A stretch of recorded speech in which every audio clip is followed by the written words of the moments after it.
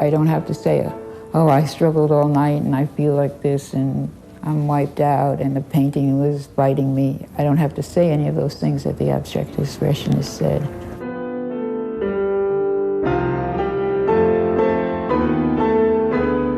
Painting can be conceptual as well, and I consider my prints and my paintings conceptual art because they start with a concept. Often the concept is about color related to meaning. It's very hard to describe my work as conceptual, but it is, because I set up a set of limitations before I start, and then I work according to those limitations. And if the painting doesn't work out, I put it away. I think everything is conceptual, because if the dog is sitting in the garden and decides to walk through the door, the dog had a concept. I'll walk through the door and be in the house. That's the concept the dog had. I do think abstract expressionism is probably a title that comes from the outside, more from the audience than from the artist. Probably they just said, I'm an abstract painter. And some of them, like Pollock, was a very conceptual artist, a very strong set of limitations that he worked through. Agnes Martin called her paintings non-objective, and that's what I call mine, non-objective, because they have no object. They're not abstract expressionism, which is landscape-based, really. And they're not figurative, for sure. What are they? And why are people moved by them, furthermore? I don't come with something in mind and try to make the painting become what I had in mind. I try to let it become itself and then be affected by it.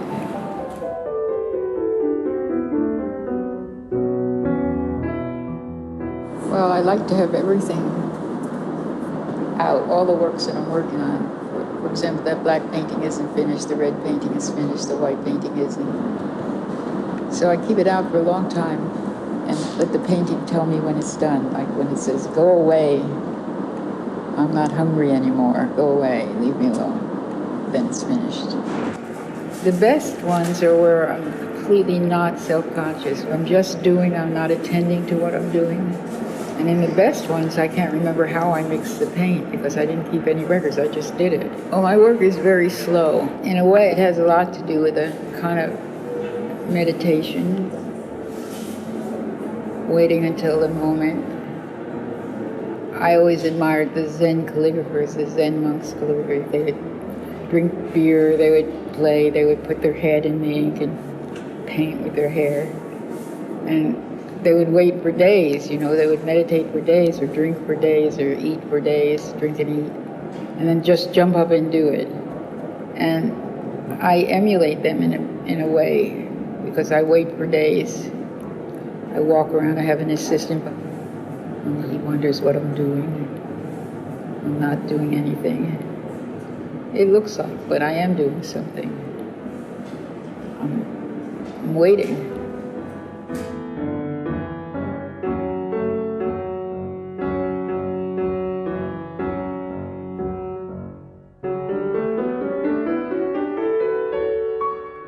It's not exactly till I have an idea,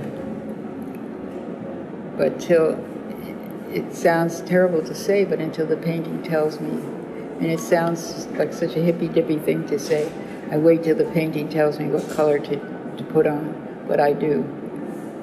You can see how the paint opened up at the bottom. What happened? Did a breeze come and blow the paint? What happened to where it opened up here? It just opened up. How did it? Why? But that's what makes the painting beautiful. It's sort of like a lifelike thing, that it's subject to the influence of time.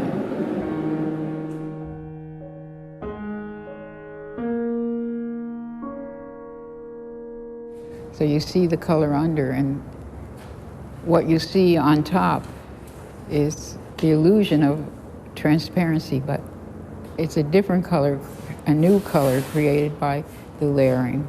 This is a mixture of brass and aluminum pigment that I mash down and make into paint, mix with oil and make it into paint.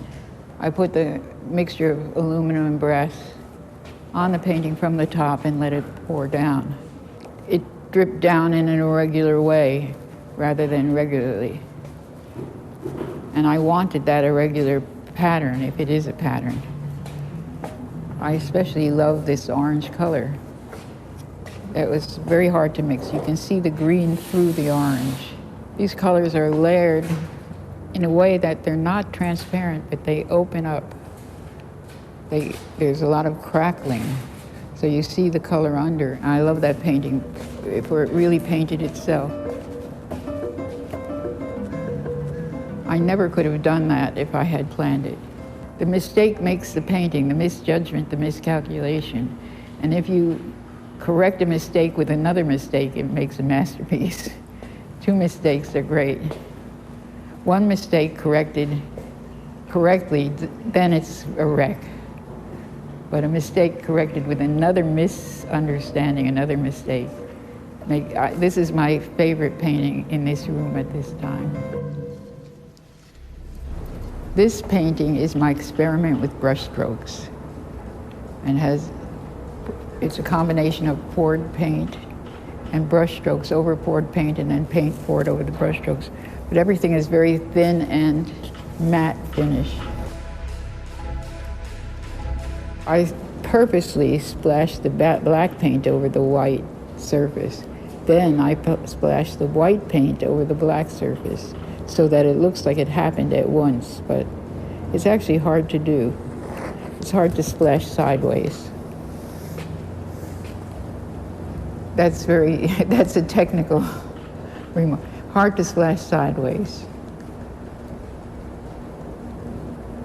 Philosophical, technical remark.